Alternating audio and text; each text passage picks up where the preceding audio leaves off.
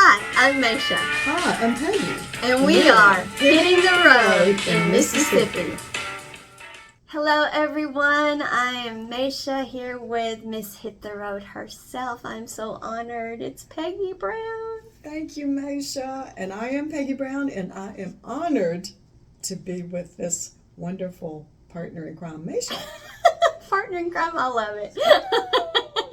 This is part 2 of 3 Shades of Blue, and this is because this lady, being with her, you never know what you're going to run into. I mean, the most wonderful people that she represents and works with, and it is just it's so awesome to be with her. That is where the phrase 3 Shades of Blue comes from, is because that's kind of how you talk about 3 Shades of Blues.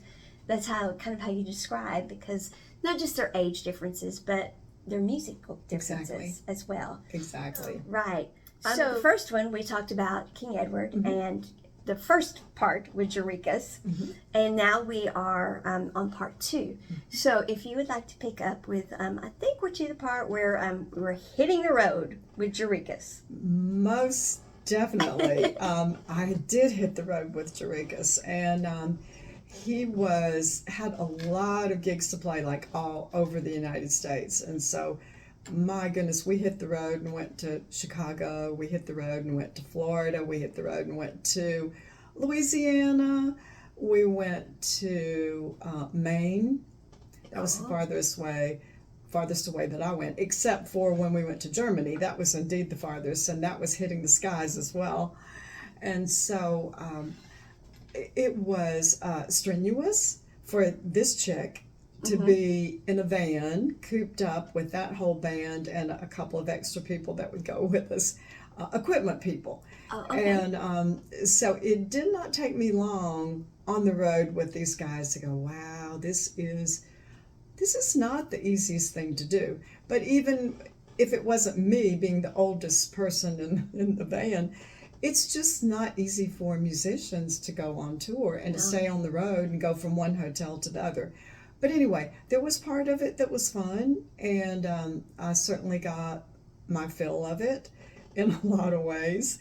And the fun part of it was being backstage and going to these large festivals and just looking out at the hundreds of people who were out there to hear Jarekus. And when we went to Germany, that was totally awesome. Most of the people there not even speaking English, but they loved the music. And oh, by the way, Eddie Cotton was on that festival as well too. Wow. Oh yeah, so they heard Eddie and then they heard Jarekus. So that was a highlight because I had never been to Germany.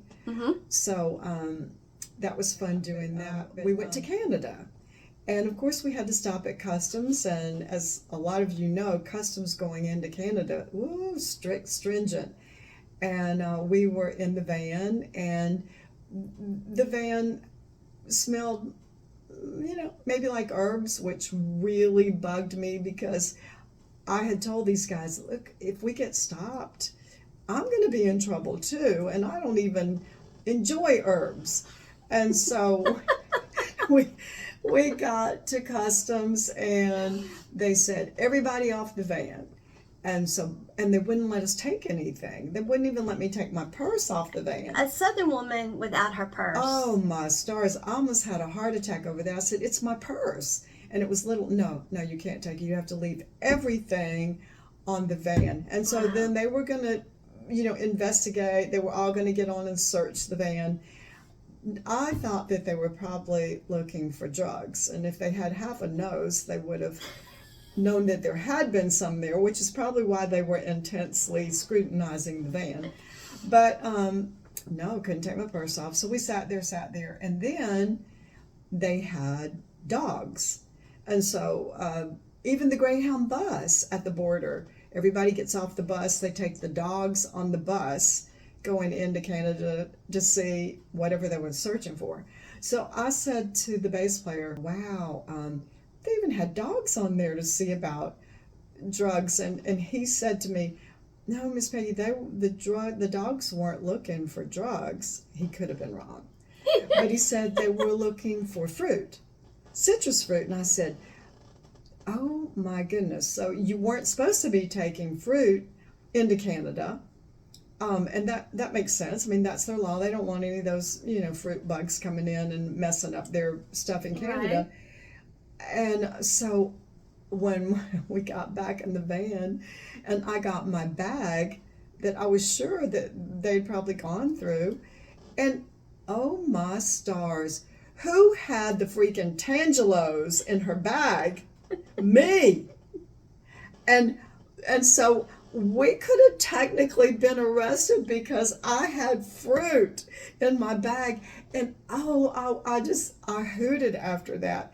And so we got back in the van and we got to go on the way, and we were quite late getting to the gig, but that was my story. Like, yeah, I was all worried about the guys getting arrested for herbs. And I had the freaking fruit. It was the fruit. It was the fruit. But nevertheless, it was not, I didn't get caught. We didn't get stopped anymore on that trip. And we didn't go to jail, and we all got to the gig. And so, times are changing when when it's the fruit that may send you to jail. It's the fruit, exactly. Yeah. Yeah. Definitely. So you went to Germany, you went all over the States, you went to Canada, you nearly got busted for fruit. And you were the culprit. I would have been the culprit. And you called me the one that's the partner in crime. Right. I like fruit too, so. That would have been me. Oh my goodness. That is a fun story though. Thank you. So then what is next in your shades of blues? Well, my next shade of blue is the wonderful, fabulous Miss Misty Blue, Dorothy Moore. Yes. And I am so honored to be working with her. And her manager was Marcia for years, and Marcia came to me several years ago and said, Peggy, we would like for you to start booking Dorothy. Mm-hmm. Of course, what was my first thing that I said to myself? Like, oh no, I don't know that I can do this. And so I said, oh, well, let me think about it. That's my second thing I say. Can I really do that? Can I really do that? And so I told her that I would get back to her. And so I contemplated it. And they had some particular things they wanted pursued. And so at least I had some ideas on that. Mm-hmm. And so I started trying to book her. Now that's a whole different shade, a whole different style of blues. And she is Miss Misty Blue, the classic, fabulous Miss Misty Blue, Dorothy Moore, a real diva in the best sense, a blues R&B diva. Oh, absolutely. And then that's not critical at all by calling her a diva. That's a compliment. She got started way back in the music in the 60s, and she was a student at Jackson State, and a guy came to her and said, hey, we want you to be in this girl group called the Poppies. Mm-hmm. And so that's when she first got real recognition as an artist. She had been competing in talent shows, talent competitions before that, down on Ferry Street at the theater, winning them all, and was in Jackson State for a music degree. Mm-hmm. And so then started touring with the Poppies, and they were a girl group that they were a pop. Oh, group. really? Yeah, they were a pop group. And she, established a lot of credibility as lead singer of the Poppies. Okay. And it was several years later, then she started doing background at Malico. And not long after doing Malico, she started her solo career. Mm-hmm. And she was at Malico at the time. And then, of course, her classic song that just will not go away, thank the Lord, is Misty Blue, and she recorded that in 75, and they didn't even release it until 76. Right. And it was released on the B-side of the record that they didn't think it was going to do much. And after that, nobody listened to the A-side because Misty Blue was it.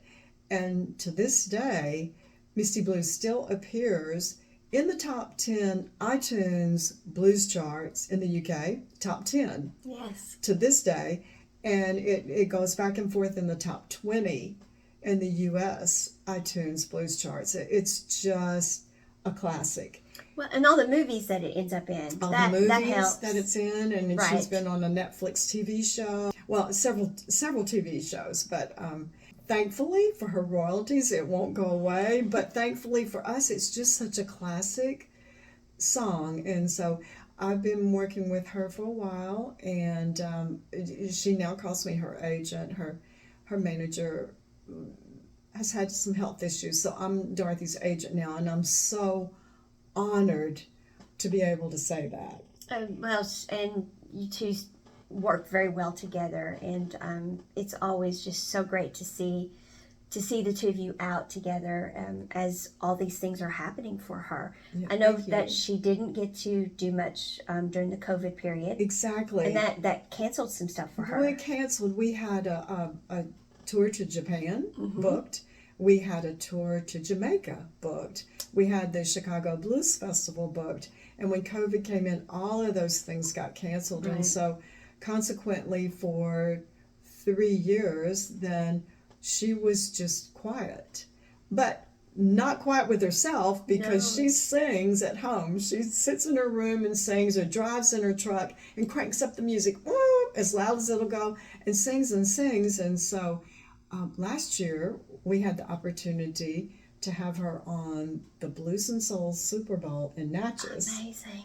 And she was on there with CeeLo Green and Patti LaBelle. Yes. Dorothy's voice was as strong as I have ever heard it. Singing, not missing a note. She had a full band, and it was just a stellar show. So the music is still in that woman. Absolutely. She wants to keep going, and I contemplated not singing anymore when the COVID came and all her stuff got canceled. She was really thinking about retiring, and no. Mm-mm. She has not retired. She is still belting those songs out. So I am just so pleased that things have started to pick back up for her. Right. And she sounds so good. Yeah, and you were there. You got to witness Oh, it. I did. I got to see it from Yeah. backstage. Yeah. And in front. I went out front too. I did Right. both. I did the experience both ways. And Right. and watching the crowd, I watched from backstage, but I also watched from out among the crowd. And the crowd, young people. Yes. It was very young people calling her by name, you know, Yes. calling out Miss Dorothy, and everything she said and did, they were just responding to. And then of course there were older people there as well, but all generations, All generations. all shades Yes, of all shades. ages, you know, exactly. they're spanning the generations, Right. Races, ages, everything. Right, Yeah. but her music does that too, because she definitely sings blues, of course. Right. But she mixes it up too. She even sings little country folks. Yes, she does. She and I've discussed that. Right. And so her talent is just immense. And as you said, her voice still resonates so much. Right. And so she's had a couple of big things happen. Mm-hmm. You were very instrumental in her blues marker. And her blues. My birthday marker. present. I know. And a sidebar to that, I said we were talking about Blues Trail markers one time, and she is mentioned on several. And on the Alamo one, she was mentioned the most, and that's on Fair Street, because that's where she really got her start, singing in competitions at the Alamo Theater. Mm-hmm. And I said to her, Dorothy, you need your own Blues Trail marker. And she said to me, out of her humbleness, which she is, she said, I don't think that'll ever happen for me. And I said, you know what? I think it could happen for you. And she said, oh, Peggy, that. And I said, yeah, well, you know, let's see what happens.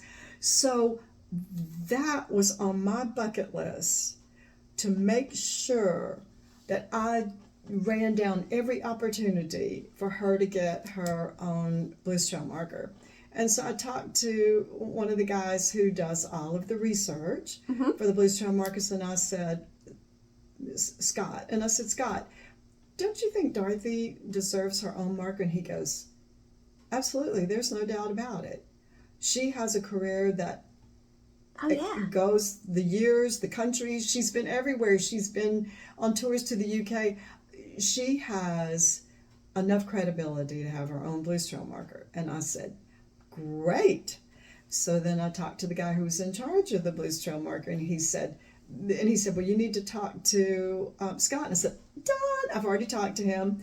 And so we then began to see how much it was going to cost. And markers now in the state of Mississippi Blues Trail, or any of them, aren't paid for 100% like they used to be, because there was money, grant money back at the very start.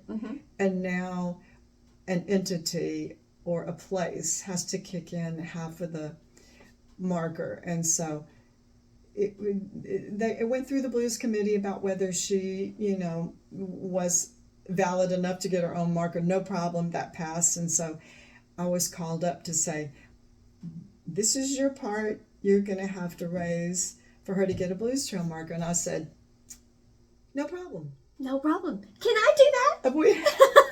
That's your question. Can I do that? No problem. I didn't say that. I just said, no problem. Wonderful.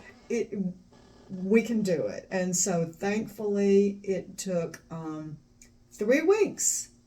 3 weeks through contacts that love her and adore her, and people that wanted to chip in on the marker, and we raised her part.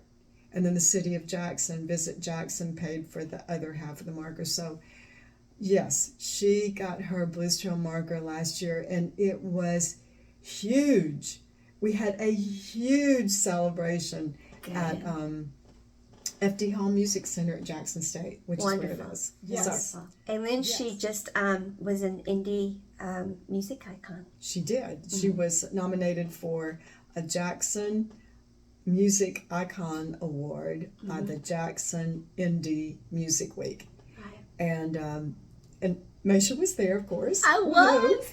And, that was so wonderful. She was last on the program, technically, and I gave the microphone to her. They brought it down, so she didn't go up on stage. She stood on the floor and was thanking everybody for the marker and for the award and what an honor it was and everything.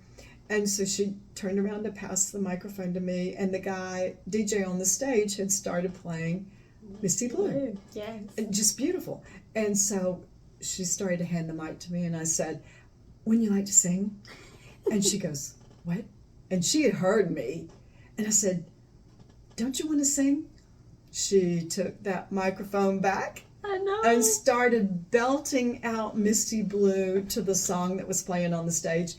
And a lot of these kids, young kids that were there for the Indie Music Week, or about hip hop and rap, they had never heard her sing. Right, they were there for the young artists that performed. Exactly. Not for the honorees. Exactly. They weren't necessarily there for the honorees. Right. And people were standing up with their phones out, taking pictures and doing videos of her singing. And she sang, I don't know how many measures would you say she sang, and then I'm not sure how much, but she knew exactly when to stop. She was too cool for school. She was too cool. I mean, she just stopped and said, I'm gonna leave it there. I'm gonna leave this alone. I'm gonna leave it there. And just handed you the mic. mic. And handed me back the mic. And then just sat down, and everyone's just like, what? I know, it was so perfect. She was just so good. It was perfect. Yes. She so enjoyed it. The crowd enjoyed her. So moments like that have just been completely wonderful for me, getting to be a part of that. And the Blue Super Bowl, she stayed afterwards for Miss LaBelle, and there were other artists. And for CeeLo. Right, CeeLo. But all the artists came to see her. Yes. Miss LaBelle came and saw her. Oh, yeah. We had a meeting backstage. Patti LaBelle and Dorothy, and we all took pictures. And Patti just leaned over and said to her, don't ever quit singing. Right, she was thinking, oh my gosh. Right. And they hugged up, and CeeLo, got cleaned up and came out and was dying to get his pictures made with Dorothy and just told her how much he loved her. And the ambassador of France, the ambassador from France, came and met with her. Yeah. I mean, we Kissed were like, her hand. oh yes, he did that. But it's like we were sitting and she was just like holding court. I mean, they Right. were just, and it was like, yes, Miss Moore can meet with you. Exactly. So it was wonderful. Wonderful. She is very respected. Yes. Yes. Thank you. She is. That's and a deserves joy. it. She deserves deserves it. it. Yes. And of course, at the Icon Awards, the Music Icon Awards, she talked about her pride in Mississippi, Mm-hmm. and She's from Jackson and has stayed in Jackson. Uses all Mississippi musicians when she records, and she is adamant about that. And she will say, "I love Jackson. It's where I got my start. I've stayed here. I love Mississippi. I love the talent here." right, she did, and she was great. Mm-hmm. So that pretty much wraps up your 3 shades, but of course we have some younger ones that you work with on a pretty consistent basis. They're different shades too. There's Ben. Yeah, Ben Sterling, Maya Kyles. Brian. Yep, Brian. Jarekus.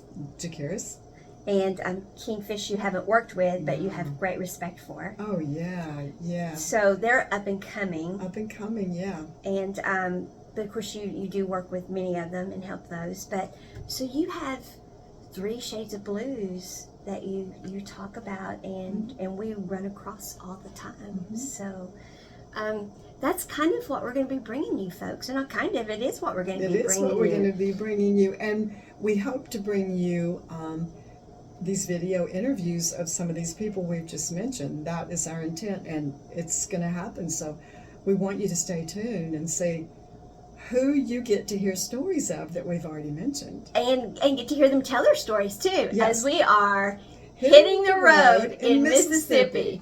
Bye, y'all.